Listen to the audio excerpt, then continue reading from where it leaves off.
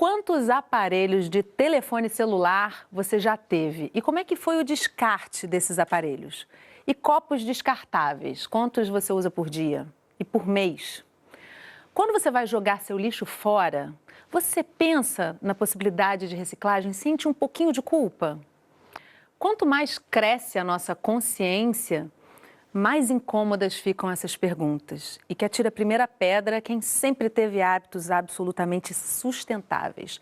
Toneladas de lixo são produzidas diariamente nas cidades brasileiras. Você sabe o que acontece com o lixo que você dispensa na sua casa? Hoje a gente vai conversar sobre o lixo nosso de cada dia e o nosso papel, o papel da família nessa mudança urgente nos hábitos de consumo e de descarte. Para a nossa conversa, nós convidamos o Rubens Teixeira, que é presidente da Conlurb, a Sandra Lúcia Damásio, que é catadora, e Caio Miranda, fundador da Tech Trash Brasil. Gente, muito obrigada pela presença de vocês com a gente aqui hoje. Rubens, eu vou começar com você, só para a gente ter rapidamente um panorama aí. A gente está trabalhando já há alguns anos com um Plano Nacional de Resíduos, não é isso? De resíduos sólidos, né? E de lá para cá a proposta era acabar com os lixões, conscientizar a população.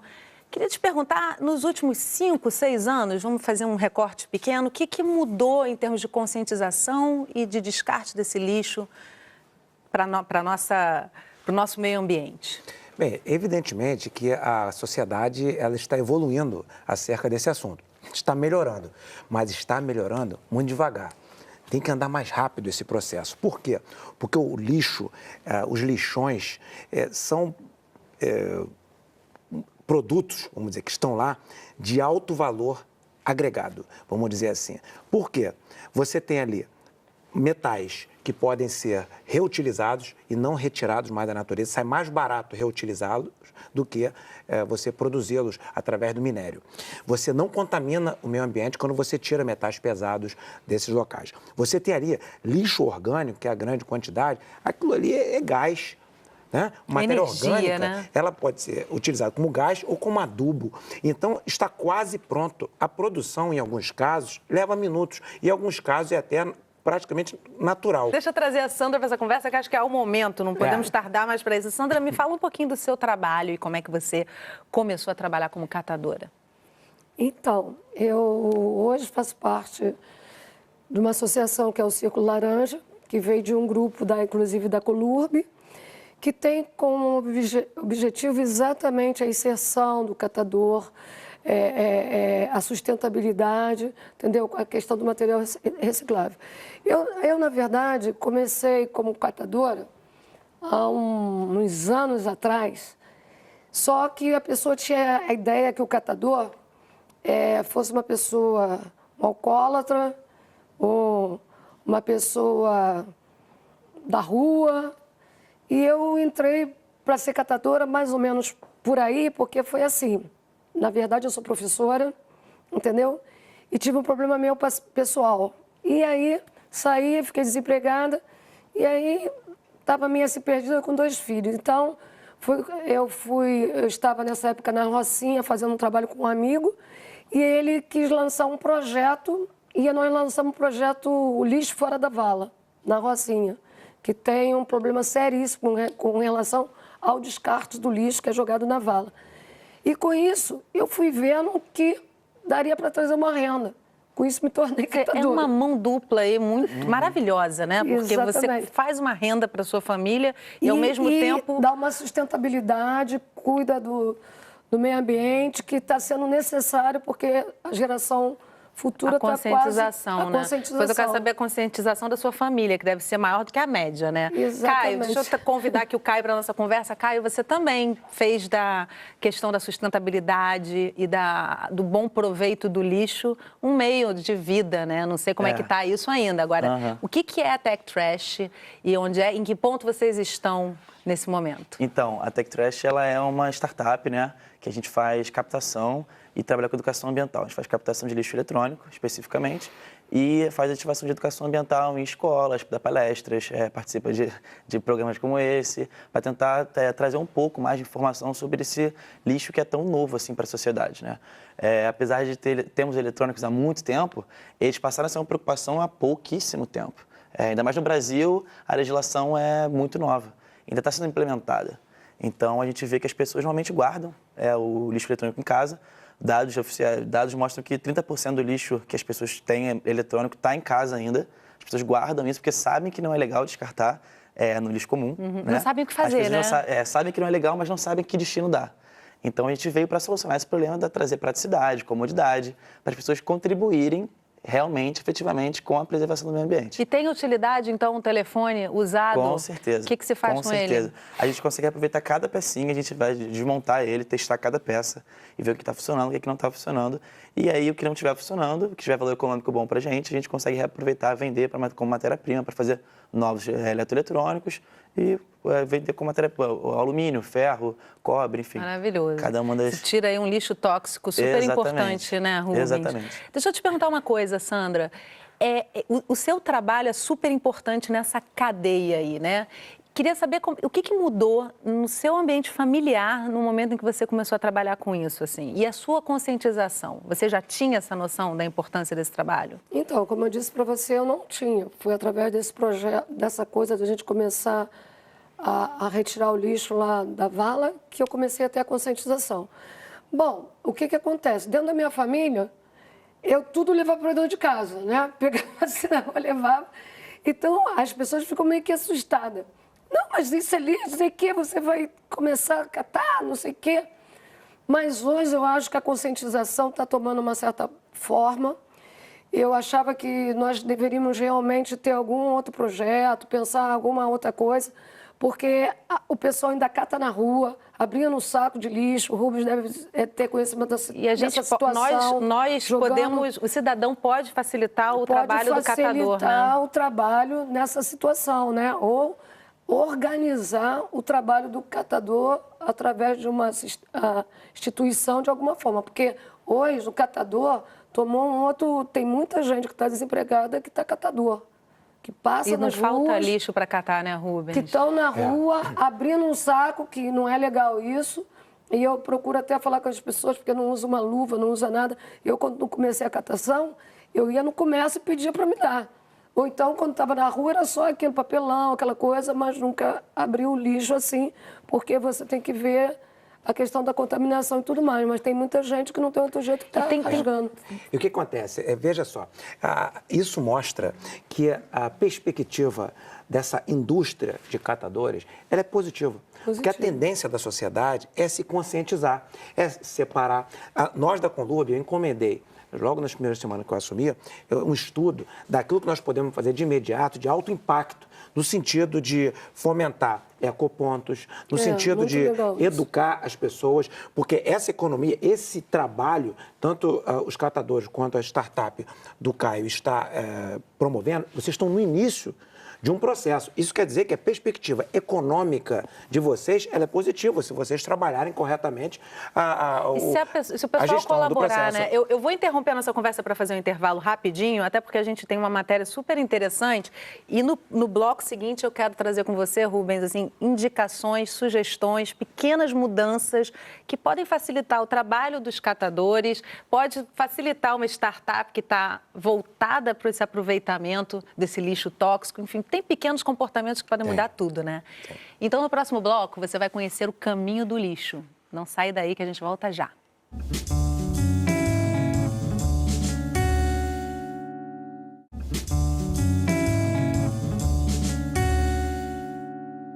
Estamos de volta conversando sobre o lixo nosso de cada dia. E agora você vai conhecer o caminho do lixo. Você sabe para onde vai o lixo que é descartado da sua casa? Se você não sabe, hoje a gente vai mostrar para vocês. Por isso, nós vamos acompanhar a equipe do Alexandre no bairro de Santa Cruz, zona oeste do Rio. Vamos lá?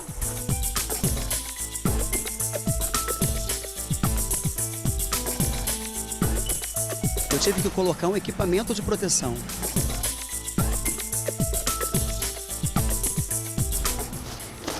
Você começa a colher que horas?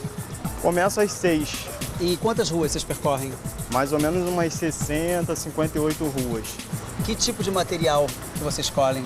Basicamente lixo domiciliar, mas às vezes alguém coloca uns móveis, algumas coisas assim, aí nós levamos. E aí, terminando aqui, o que vocês fazem? Terminando aqui, como hoje é segunda e terça-feira, são os dias que dão um pouco mais de lixo. Esse caminhão pega em torno de 10.800 toneladas. Aí quando dá mais ou menos essas 10.800, nós vamos destino ao vazadouro, entendeu? Dá essa viagem lá, depositamos o lixo, depois retornamos para buscar a segunda viagem.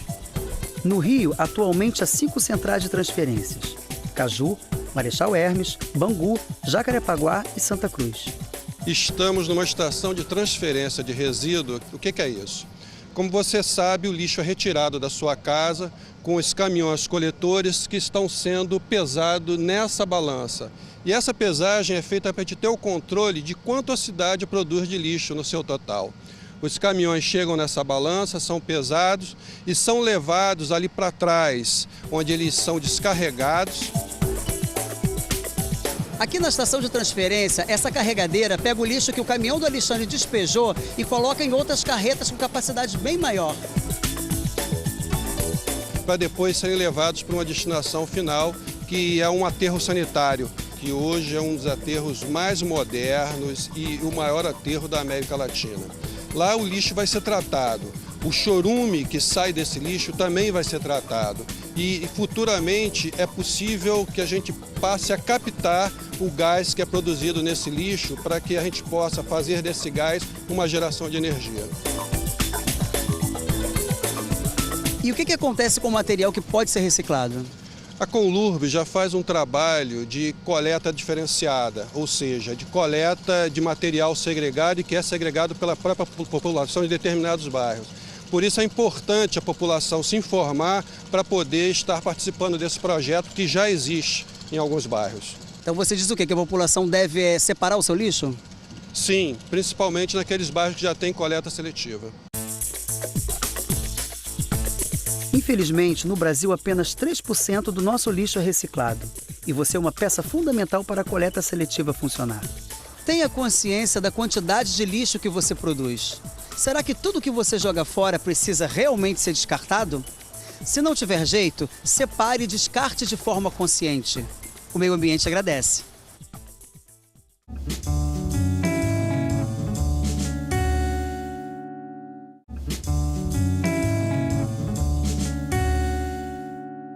Estamos de volta conversando sobre o lixo nosso de cada dia. Os nossos convidados são o Caio Miranda, fundador da Tech Trash Brasil, Rubens Teixeira, presidente da Conlurb, e Sandra Lúcia Damasio, catadora.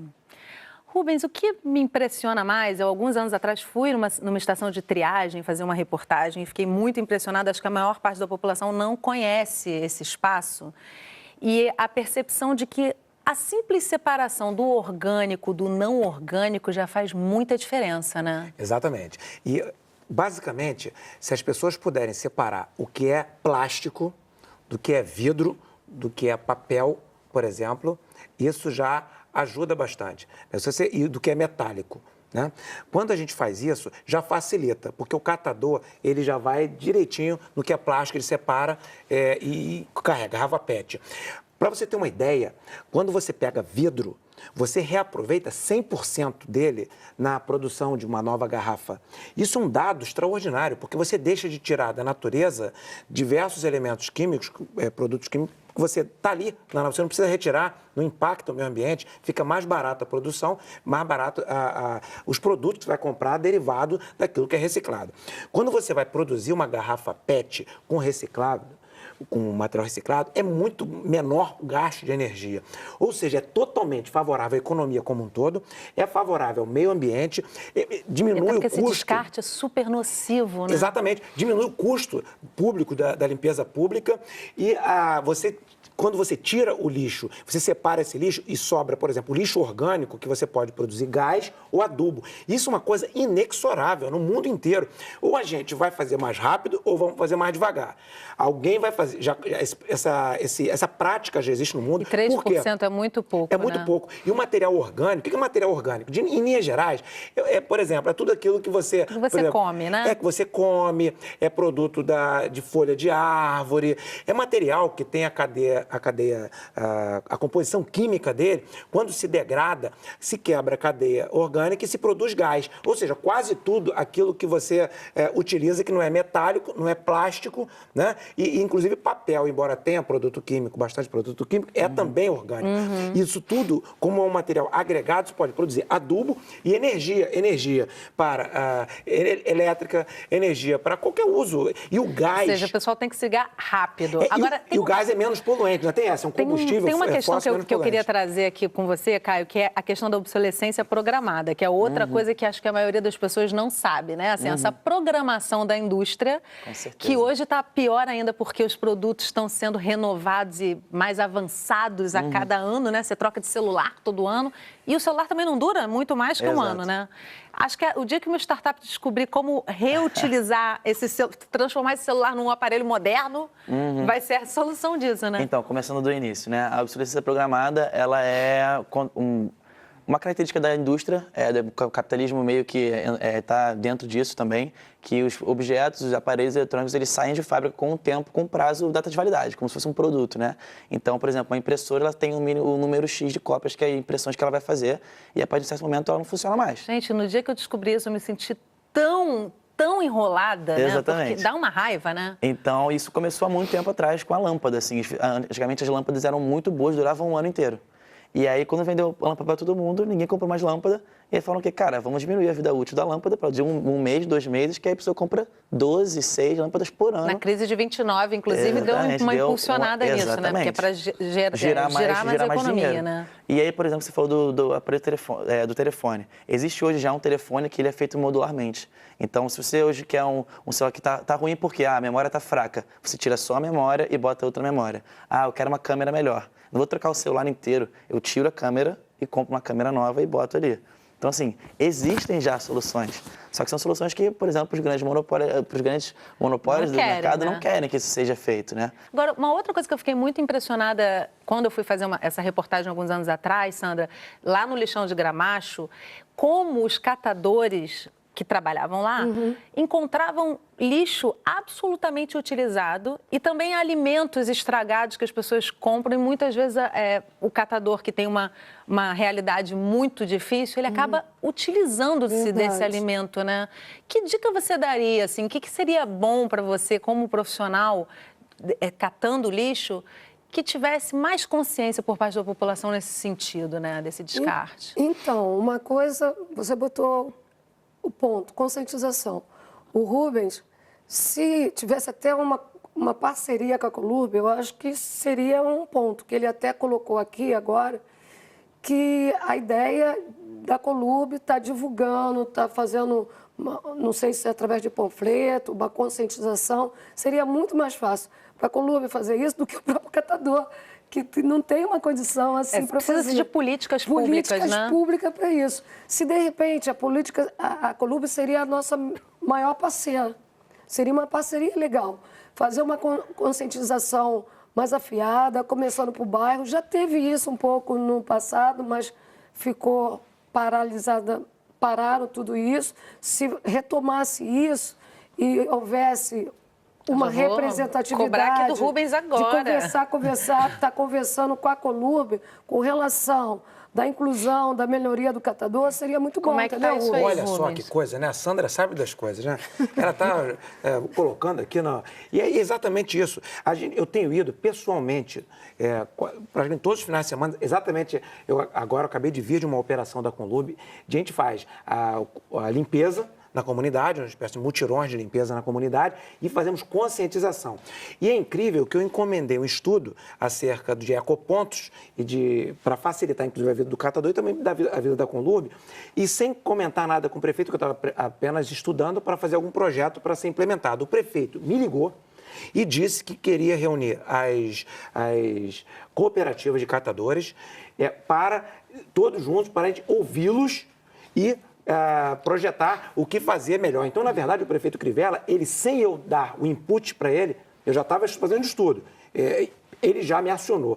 Então, realmente, essa sua colocação é perfeita. Né? A Conlurb tem a satisfação de ter essa possibilidade, porque a Conlurb é a maior organização de limpeza pública da América Latina, ela é uma gigante. E quando a gente traz para perto profissionais importantes para a gente, os catadores são importantes para a economia, é importante para a Conlurb, é importante para o meio ambiente. E também... não deixa de ser um trabalho voluntário, né? Que não tem custo para a Conlurb, né? E são educadores. São educadores. Olha, inclusive, o caso específico da Sandra, ela é professora por formação. Então, toda a vocação dela, isso é incrível, isso é maravilhoso.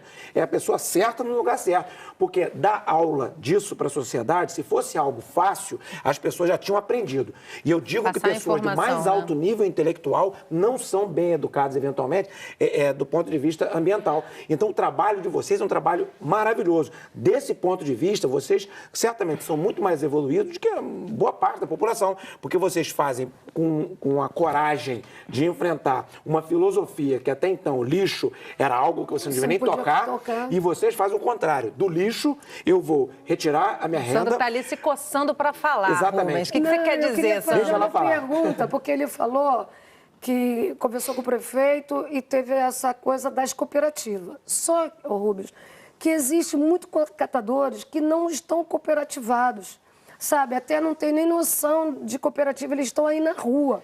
Porque tem muita gente ficando desempregado e está aí. Aí a gente podia também pensar nisso, claro. De uma organização. Deixa eu perguntar uma coisa aqui, desculpa te interromper, Sandra. Caio, vocês têm algum cruzamento já com os catadores? Tem alguma parceria? Hoje, o catador, a gente não tem nenhuma parceria, por quê? A gente tem quando você faz a manufatura reversa do eletrônico, que é você desmontar ele se torna um resíduo perigoso.